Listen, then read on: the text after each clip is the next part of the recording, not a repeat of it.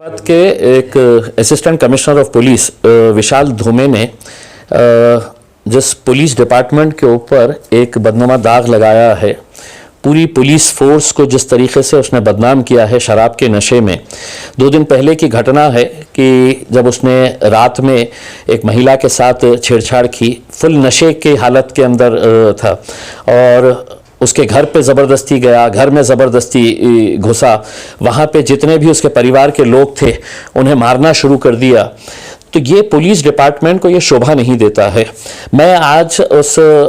पीड़ित महिला, उनके परिवार से जाकर मिलकर आया, उनके घर पे गया और मुझे सुनने के बाद बड़ा शौक इस बात का लगा कि अगर वर्दी के अंदर ही अगर पुलिस डिपार्टमेंट के सीनियर ऑफिसर्स ने ही अगर इस तरह की हरकतें करना शुरू कर दिए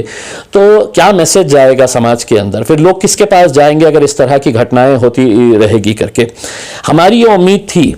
कि फौरन सरकार इस ऑफिसर को निलंबित करेगी, सस्पेंड करेगी,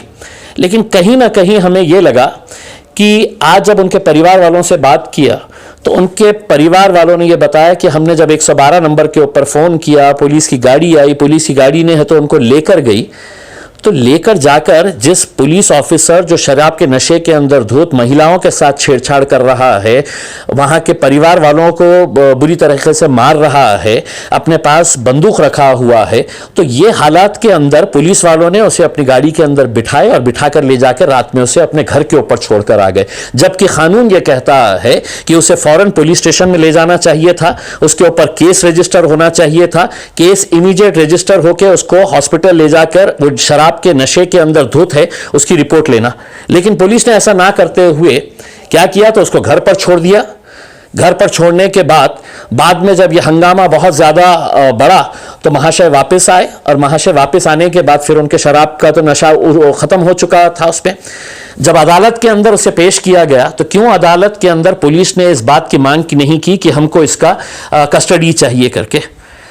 कि इसने ये हरकत की है तो किस बुनियाद के ऊपर की है, उसके साथ कौन कौन लोग थे और क्या साजिश थी उसकी।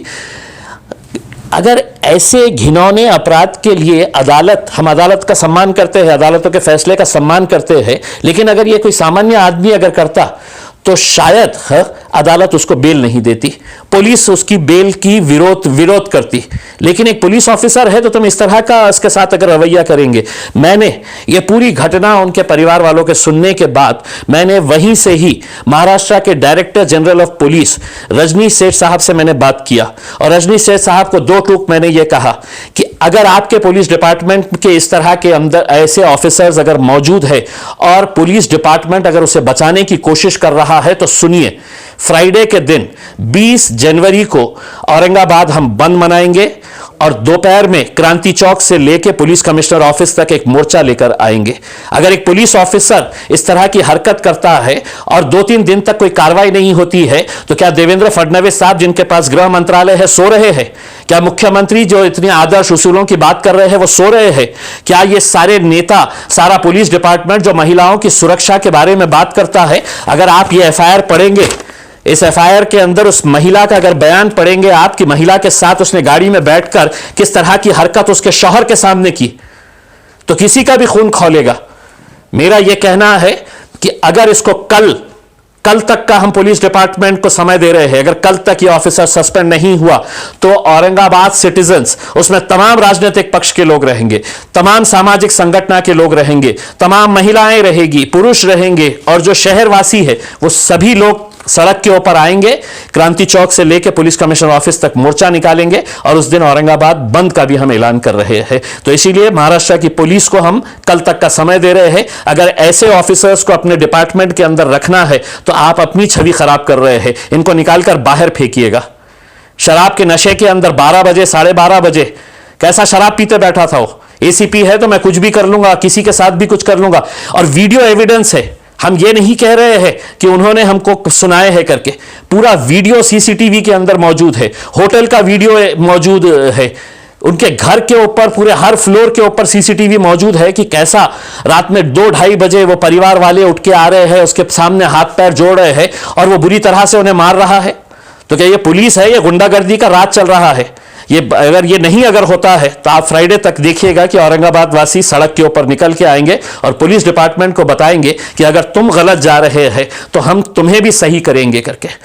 हम डीजीसी पी साहब, महाराष्ट्र के गृह मंत्री, मुख्यमंत्री सबको ये बताना चाहते हैं। इसके अंदर कोई राजनीतिक वो नहीं है। हम तमाम राजनीतिक पक्षों को साथ में लेकर आएंगे, तमाम सामाजिक संगठनों को साथ में लेकर आएंगे, महिला संगठनों को साथ में लेकर आएंगे, और जो हर रोज टीवी के ऊपर बैठ के महिलाओं के बारे में, महिलाओं की सुरक्षा के बारे में बड़ा ज्ञान देते रहते हैं, उनको भी कहेंगे कि आइए, हमारी एक बहन के साथ इस तरह की हरकत हुई है, आप भी हमारे साथ इस आंदोलन के अंदर शामिल होइए। सर, आपको लगता है कि पुलिस डिपार्टमेंट अपने अधिकारियों को बचाने की कोशिश कर रहे हैं, ऐसा जैसा आप बता रहे हैं? देखिए, सवाल यह है कि ये पूरी एफआईआर पढ़ने के बाद, वो घटना पूरी सुनने के बाद, वो पूरा सीसीटीवी फुटेज देखने के बाद एक बात समझ में आई है। उनके परिवार वालों ने यह कहा कि जब वो मारना शुरू किया घर में घुस के, और ये जिद करने लगा कि मुझे बेडरूम में जाना है, ना उसका कोई जान पहचान, ना उसका कोई दोस्त वहां पे रहता है, ना वो परिवार से उसका कोई संबंध, सिर्फ उस घर की एक महिला को देखकर उसने इस तरह की हरकत की है। एक वहशी जानवर बन गया था, और वो वहां पर जो पुरुष आ रहा है 2:30 बजे, सोचिए, मतलब ये